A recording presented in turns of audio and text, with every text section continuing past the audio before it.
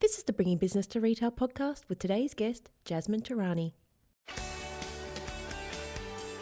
Welcome to the Bringing Business to Retail podcast on SelenaKnight.com. Stay ahead of the competition by opening your doors to business experts so you can learn, grow, and be inspired.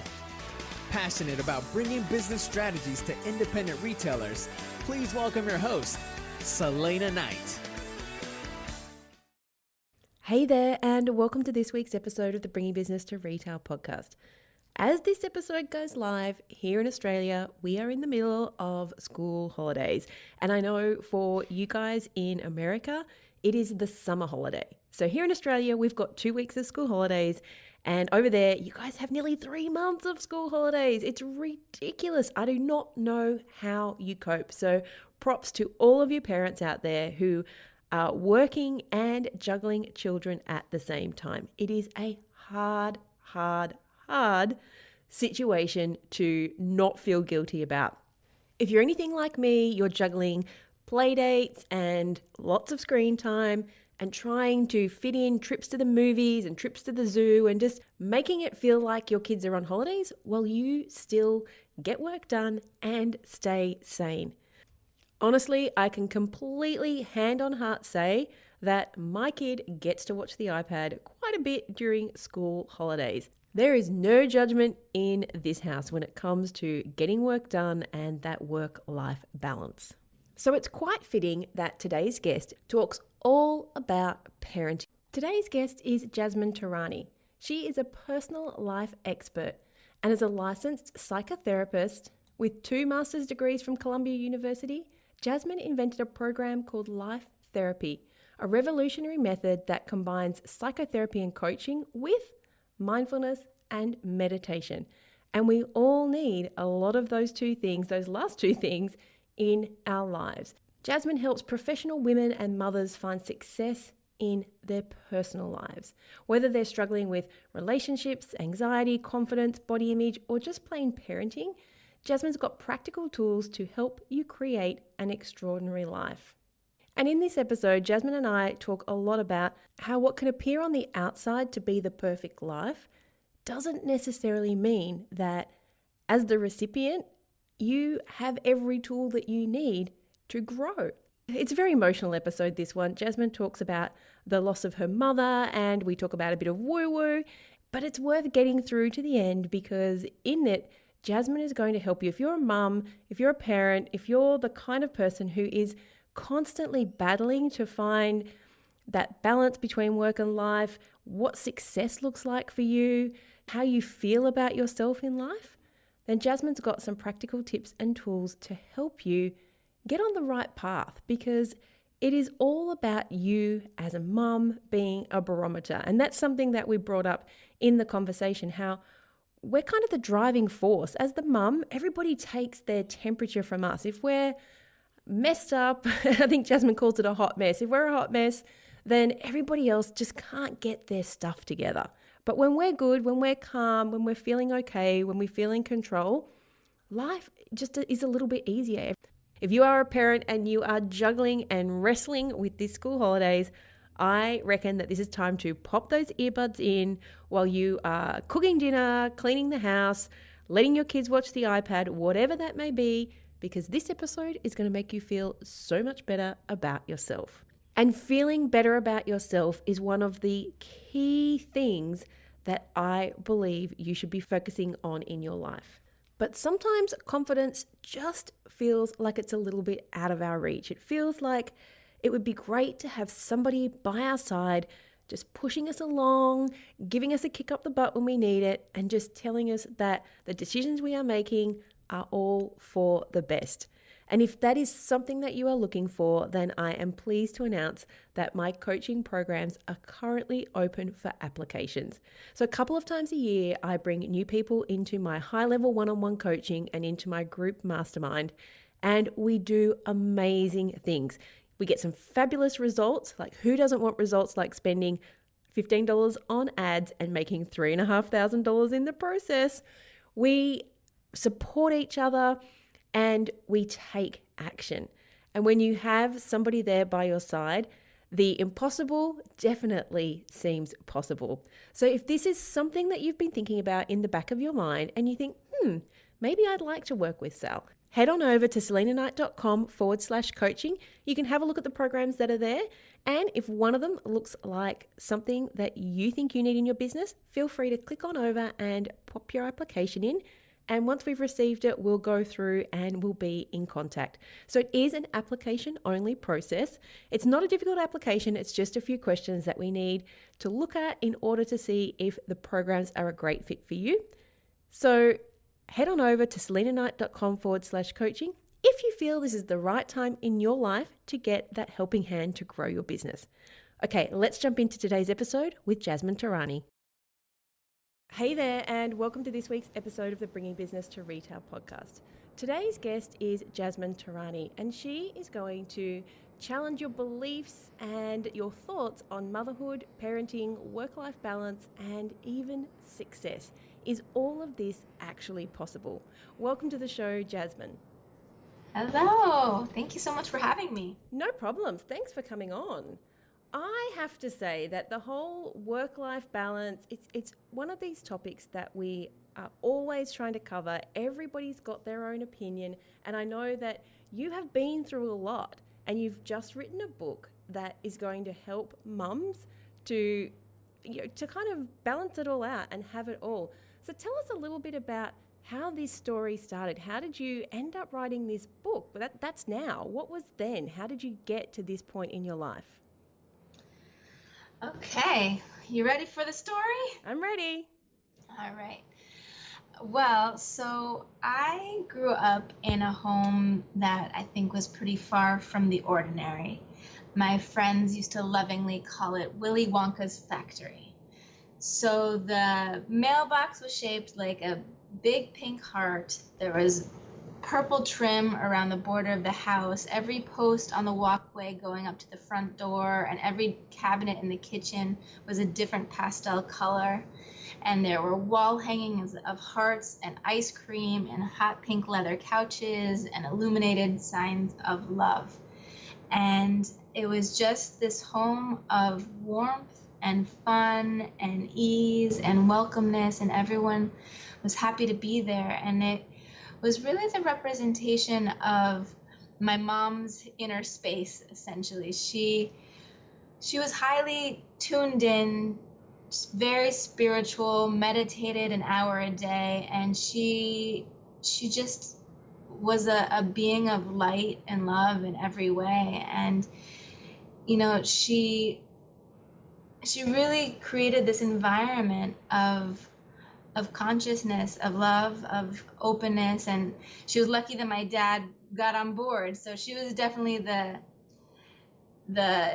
pilot, and he was the co-pilot of this whole endeavor. It sounds like the perfect childhood, the perfect growing up scenario, the whole Leave It to Beaver. I mean, to be honest, it was pretty perfect, and I think that on some level I felt a little guilty about it and a little undeserving and unworthy, that I was aware of how rare it was. And, it wasn't just all ice cream and hot fudge. There was a lot of depth. There was an openness. There was listening. There was conscious communication. I mean, I could count on one hand the amount of times that someone raised a voice in my home, So I was aware that it was rare, and I think that I didn't want to make other people uncomfortable for the fact that it was so unique. But of all of the, I've been to almost 60 different countries, and I've been in private practice for 10 years plus, and I've had, a plethora of relationships and friends and experiences. I've never actually come across anyone who parented with the same intention and ease and love and clarity as I was parented. Can I just jump in? Sorry, can I just jump in and ask a question there? You said a little bit earlier that you didn't think that you were worthy of this love. How does a child think that? Like, I don't know, it just makes me wonder. Like, when you're a kid, you have no fear, you have no preconceptions, you have no You've got no expectations. So what made you think inside that you weren't worthy for this amazing childhood? I mean, perhaps I wasn't so young that I was probably in a more reflective phase when my friends would come over, and it was a lot of like, oh my God, your parents are so cool, and I wish, my mom would sit and chat with my girlfriends until late at night, and there was kind of this I didn't want to make people jealous, and more in my adolescence, I'd say, of all the people who were struggling with their parents, and I wasn't. I was having the opposite experience where everyone wanted to live in my home and have my parents. So you had kind of the perfect life. Did it all just continue to glide along all television style from there? That's a good question. So yes and no. I mean, so just to back up a little bit on the perfect life, I think that one thing that got me into this field was that although I grew up in this beautiful love bubble, I also didn't quite know what to do with my pain, because I was, we traveled, we would go to foreign countries and sleep in the villages with the tribal people with no running water. Like, I was aware of what was going on in the world, and it really gave me a deeper sense of gratitude. I think that unworthiness component that we're talking about is I was aware of how the world lived, and that was part of my parents' intention in raising us. But oh, wait, I just forgot your question. What was your question again? I said, did it all glide along perfectly? Like, did you end up, from the perfect childhood to Right. you Okay, found yeah. the perfect partner and you got married and had beautiful And kids? everything was perfect and perfect. Oh, so my point was that because I did grow up in this kind of positive world, that I didn't quite know what to do with my negativity, my pain, my uncomfortable feelings, my, self-doubt and all these things. I didn't really know what to do with those, because I felt like I shouldn't feel those feelings. So, through a lot of my own inner work and becoming a therapist was about embracing the darkness too, and embracing all of the challenges that come from just existing and being human, and realizing, how it doesn't necessarily have to do with your circumstances. You can still feel differently on the inside. So a lot of the tools that I developed as a therapist have been around embracing that duality and that full human experience, and understanding that the darkness is where the learning happens, and the light is where the joy happens, and that both of them are really integral in our human experience. So, I did a lot of that deeper work as I was going through my early 20s and becoming a therapist, and through working with my clients, and then I had a really pivotal day when my mom was on her way to meet me for lunch. She was on the west coast of Florida, and I was here in Miami, and she was driving across the state to come meet me for the weekend, and she never showed up. And essentially, I was calling my dad. Have you heard from her? What's going on? And we're calling her, and she's not answering. And we're calling the highway patrol to find out if there was an accident. We found out that there had been a fatal head-on collision.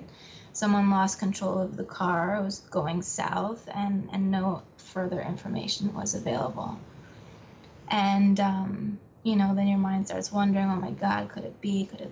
And then I got that call, and it was my dad screaming, sobbing, like, my wife is dead, take me with you, I want to die. And I'm screaming, and he is screaming, and he's driving, and I think he's going to kill himself. And I just found out that my mom was dead. And I get him to pull over this car, and I call his friends, and they find him on the side of the road. And it was just a really, needless to say, a burst to my bubble, actually. And so it was a really horrific, terrible moment, day, everything. And After I hung up with him and he was okay, I kind of had this moment where I was by myself and, you know, digesting this news. And I was at the time living on the ocean, and I'm looking out the window, and I'm seeing this. It was this beautiful sunny day, and the sun was kind of kissing the waves, and it was kind of glittery and dancing, and I had this peace as tears are pouring down my cheeks, and I kind of heard this voice, whether it was my inner voice or it's her voice or something, but there was just this voice saying, it's okay. You're gonna be okay. You're the mommy now. And it was a big moment for me to realize that she was gone, and that this was my next chapter of life, and that now's the time to grow up. Now's the time to use all these tools that I've been given, and now's the time to grow in ways that I've never grown before. I can imagine that must have been so devastating. I can hear the emotion in your voice right now. And through all of this, you had a little baby and you were also pregnant as well. No, I wasn't pregnant at the time. I just had a 1-year-old son. Right. So yeah, I mean, it was devastating. And my mom, like I said, was highly spiritual, so she was meditating with us when we were kids, before bed every night, and mortality was like a common conversation. I knew her thoughts and feelings about death and dying, and that everyone at her funeral had to wear bright colors and eat ice cream and celebrate her life. Like, there was a lot of, I think part of why she lived so fully was that there was mortality was very close to the surface. There was an awareness that there are no guarantees in life, and so anyway, because she was of this nature and so plugged in, as I like to say, there's all of these synchronicities that I have to believe aren't just by accident, but she died at mile marker 64. At age 64, it was the week before her 65th birthday, and we had a surprise birthday party planned for her 65th birthday, and there's 50 people who were booked to come on a cruise, all of us together, for her 65th birthday, and it ended up being her funeral. Her 65th birthday was her funeral, and everyone was already booked to be there. Yeah, and so, that on top of, then the following year was just obviously the most traumatic year of my life. I was managing having a 1-year-old child, a marriage, a house renovation, my private practice, my devastated father, just all of it. And it was really the first time that I had to utilize all these skills that I had been preaching and teaching over the years, and it was really reaffirming, to be honest, that I did have all the tools in my tool belt to deal with my pain and my suffering, and I was making time to grieve and feel and go through all of the ups and downs and ins and outs of it, and crying every day and feeling kind of the depth of pain that I had never experienced before. And then, I got pregnant, and it was actually on the anniversary of my mom's death, one full revolution around the sun after she died. I started feeling some rumbles in my tummy, and I told my husband, I think today's the day, and he didn't believe me, and I went out to go do something, and all of a sudden I started having contractions, and I went home. I had a home birth in the bathtub for both of my children. I went home in time to fill up the tub, and within an hour, the doula, the midwife, everyone came, and I gave birth to my baby girl on the anniversary of my mom's death. Wow, I can't imagine what kind of bittersweet moment that must have been for you. Yeah, it was super, super powerful. And, you know, she had always talked about people who had passed, who could connect by flickering lights. I mean, she was into all of this stuff. You know, like I said, she was giving me books about it since I was 10 years old. So when my daughter was born, all of the lights in the room started flickering. And we actually called my dad because I had told him that I was going into labor, and I had him start driving to us, and he was driving to us on that road where she had died. And when I called him to tell him that his granddaughter was born, he pulled over the car in disbelief because he was at mile marker 64 when he found out that she was born. We love a little bit of woo-woo on this show. You have to celebrate the woo-woo. You know what? To be honest, you can believe it or not believe it, but it just makes life so much better when you do. And I think that there's so many things in this life that eventually people prove that you can't, you know, the earth is flat, gravity, you know, the fact that I'm talking to you in Australia right now. Like, there's so many things that we don't actually understand with our minds, but yet are facts, you know? And so I feel like if anybody was going to be letting us know that there's more to this life than we realize, it would have been her. So there's actually one more big part to this story. One more woo-woo piece. Tell us. Yeah, you got it? You ready for it? We're ready. Okay. So my brother, so it's just me and my brother, about a few months before my daughter was born, a few months before this anniversary, he tells me, he says, well, first of all, he was 29 at the time. He went to Harvard. He was a government major. Like, it didn't make sense for him to become a film producer, but he did. And he tells me, Jazz, you'll never believe this. He made a movie, got into Sundance Film Festival. Wow. Now, for those of you who aren't aware, Sundance Film Festival is a super big deal. There's like 12,000 people applied, 200 get in. It's a really big deal. And then he tells me, you know, so I'm super excited. Oh my God, how amazing, whatever, you know, that type of reaction. Then he goes, no, but you'll never believe this. The Sundance Film Festival begins on January 22nd, 2016. On the anniversary of my mom's death, the day my daughter is born, Sundance Film Festival began. And then my brother's movie won Sundance Film Festival with the largest grossing movie contract in Sundance history. You said it before, and we have to kind of put it out there. It's just easier if you believe that sometimes things in life are just meant to be, okay? Yeah, I don't know if it's easier. Sometimes it's harder because your mind wants to say no, but it definitely makes life more beautiful when you're looking for things to prove that there's a deeper meaning, and there's a deeper purpose, and there's a deeper something going on. And so, quite frankly, you know, that day was a real big turning point for me. And when you talk about where did this book come from, all of a sudden this book started pouring through me. And it was this revelation that I had, that this upbringing and this world that I came from and this mother that I had, as this undeserving feeling that I had felt, what I realized was not only did I deserve it, but that all children deserve it.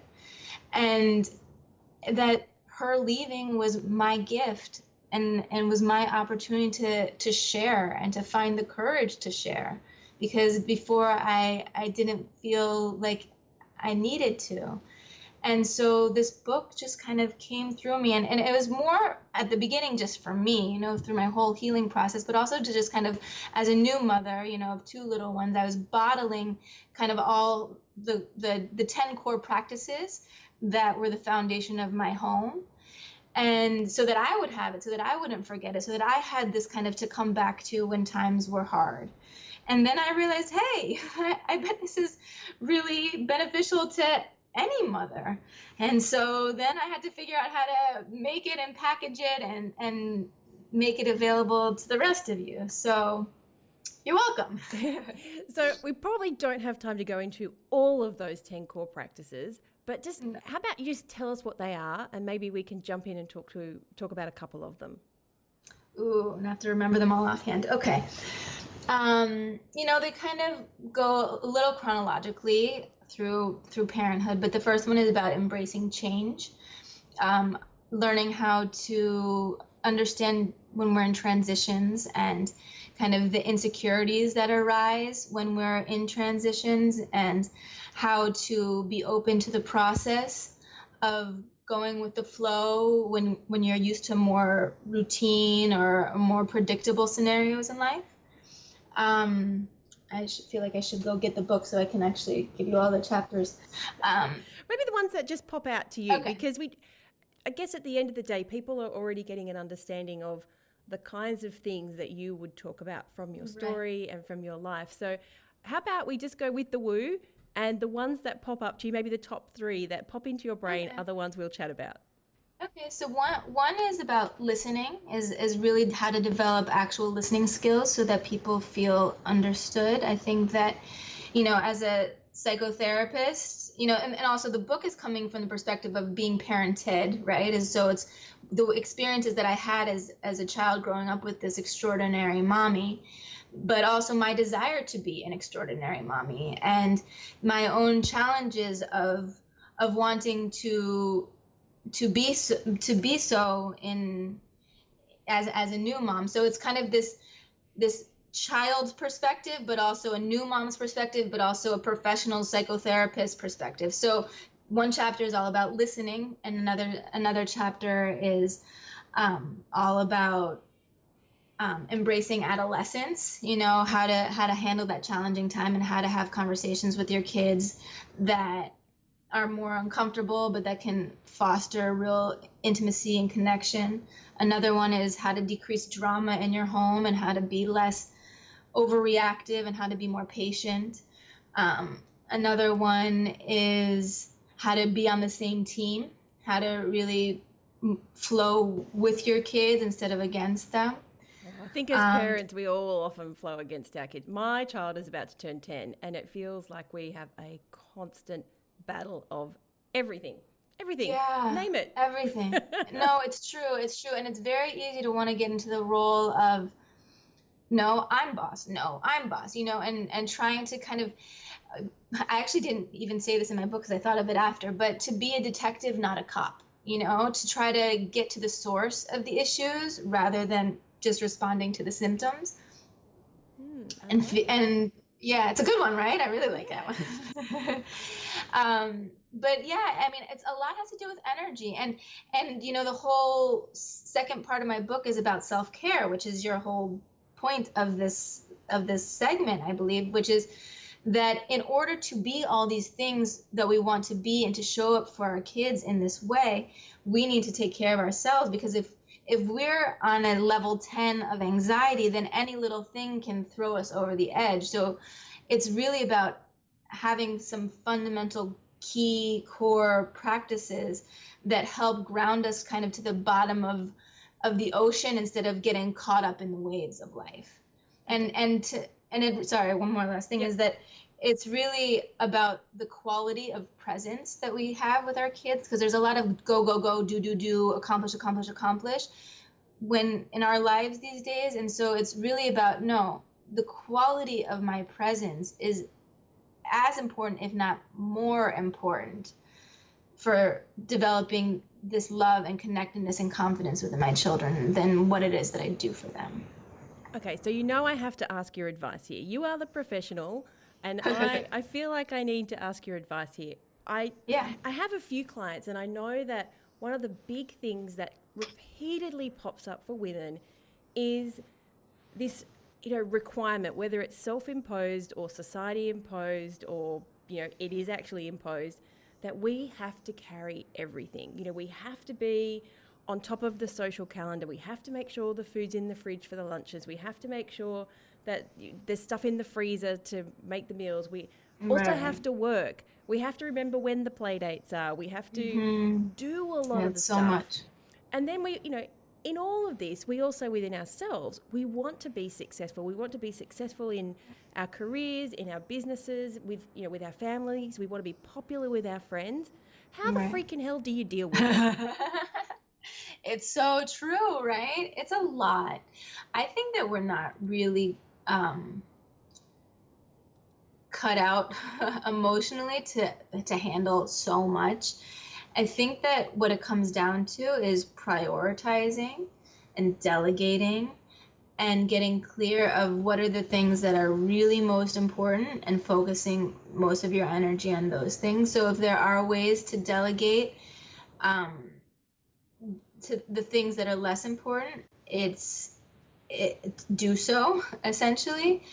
But I also think that it is possible, right? It's just a matter of being proactive versus reactive in your life. I think that a lot of times you're responding to your friends, you're responding to your emails, you're responding to this. There's a lot of reacting and responding and doing things in response to things versus getting really clear of, no, I am in charge of my time. I am in charge of the way in which I'm going to proceed. I decide what my priorities are.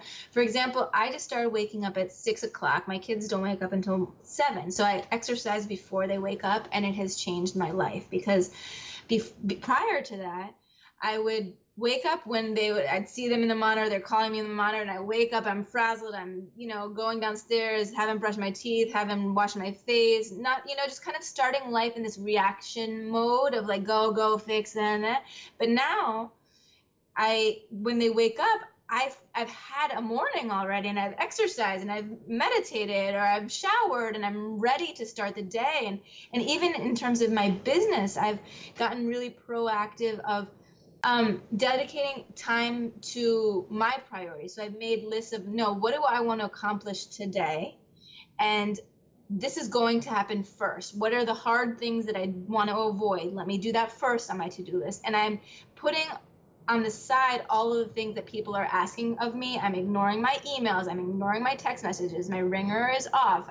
You really have to make some very clear boundaries so that you're not being bombarded with all the wants of everybody else, so that you can clarify what it is that you want first above all. And then when you get that done, then you can start dealing with everybody else's needs. I am so on board with you with that one. I have just recently started going to the gym to do Pilates and yoga. And I actually said to the lady when I joined, I don't want the hardcore aerobic stuff. Like, this is just me time to strengthen my body in my own way. And I've been going at 7:30 at night for the exact reason. I've never been a night person. I've always been a morning person. But for the exact same reason that you just said, by 7:30 in our house, dinner's done, Lana's had a shower, the dishes have been done, the house is tidied up. It's kind of the sit down time. So I don't feel an obligation to have to be there at 7:30 at night. Everybody can fend for themselves at 7:30 at night. All my husband has to do is say, it's time to go to bed now. And I still make it back, at 8:30, she's just going off to sleep. So I don't feel like there's anything I have to do. Right. Whereas, and not feeling guilty for it. Yeah. Whereas once upon a time, I would do exactly what you did. I would get up earlier. And I made this decision. It's, I don't want to have to get up at 5 o'clock in the morning because my daughter wakes up at 6. Right. And so I just flipped it all around and went, actually, this is the time that's free in my life now. So I think that's beautiful. What you just said is really important, is you have to look at your own life and see what works for you now, because what works for me and what works for you, Jasmine, may not work for the person who's listening, because everybody's life is different and all those demands on their time are different.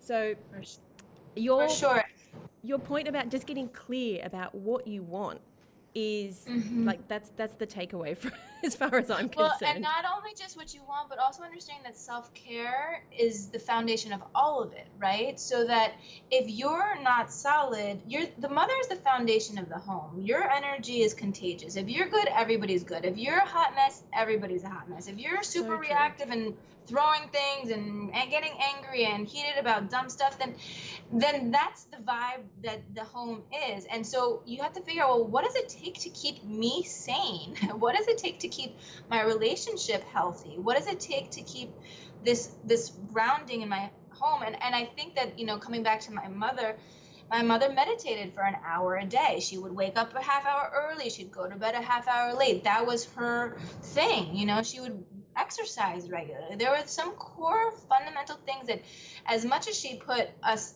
first, she also put herself first. And there was no guilt around it. I remember, okay, mom's meditating. Like, it was just understood that self-care is a really fundamental practice for everybody. And therefore, I do it too. And I learned that she's the role model for how to take care of yourself because she didn't feel guilty about doing it.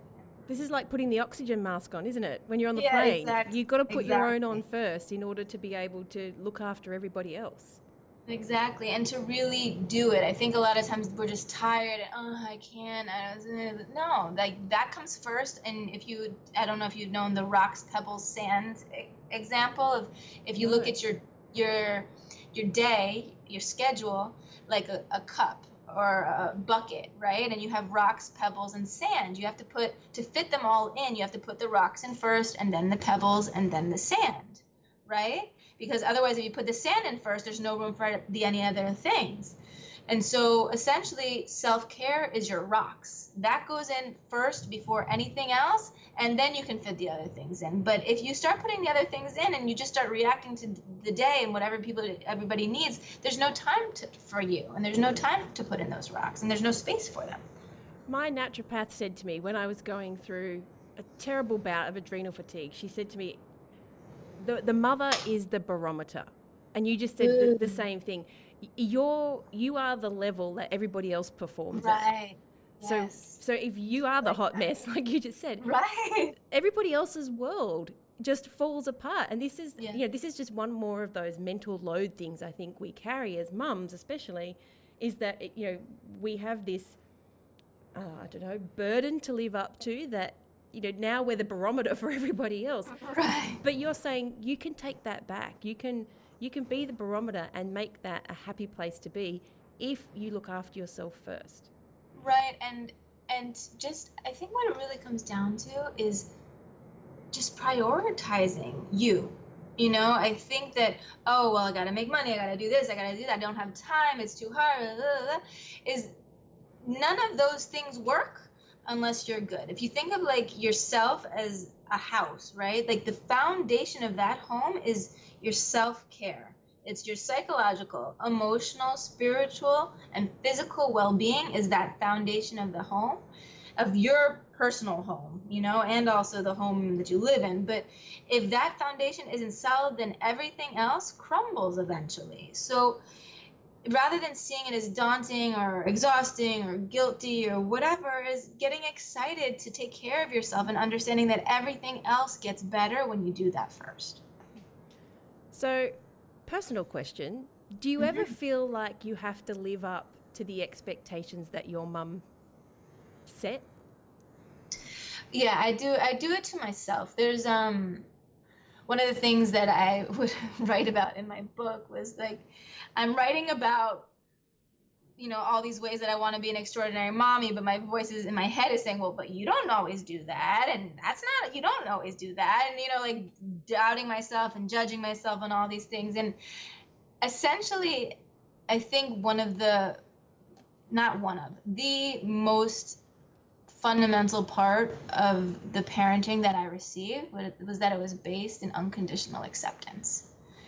And she calls that love, right? But it's the acceptance of our humanness, the acceptance of our flaws and imperfections and our growing and our learning, and everything is an opportunity for upliftment and growth. And so whenever that voice comes, because it definitely does, I also feel grateful that the mom's voice becomes your inner voice, and that's another reason why it's so important for us to get ourselves sorted out, because our voice becomes the voice in our kids' heads. And luckily, I got a really awesome inner voice from her, which is, you're doing great. Don't worry. Are you kidding?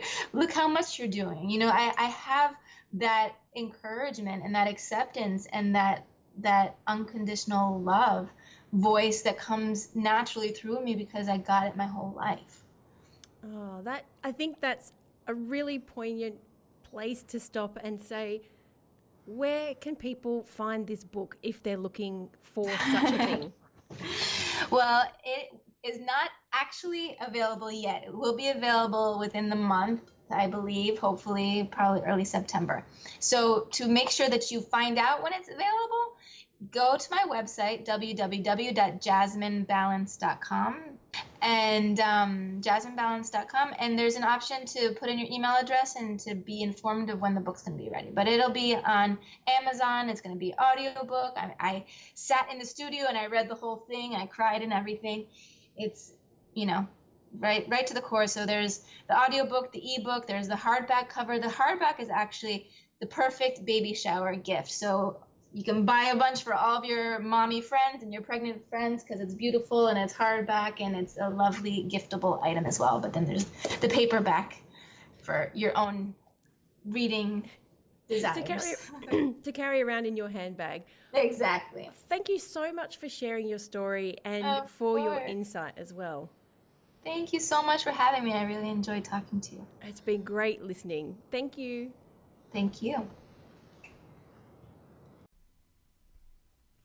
I hope you enjoyed this week's episode of the Bringing Business to Retail podcast. You can find all of the show notes over at selenaknight.com. If you found something that you heard today particularly useful, I'd love it if you could leave me a review on iTunes or Stitcher. And of course, feel free to share this episode with someone that you think could benefit by listening to it. Want more retail biz strategies? You can watch the Bringing Business to Retail TV show, where each week I'll answer a question or provide you with a simple, actionable retail biz strategy that you can implement in your business right away. If you have a question or a guest, I'd love to hear from you. Drop my team an email at podcast@selenaknight.com, and I'll see you on the next episode. Have a great week.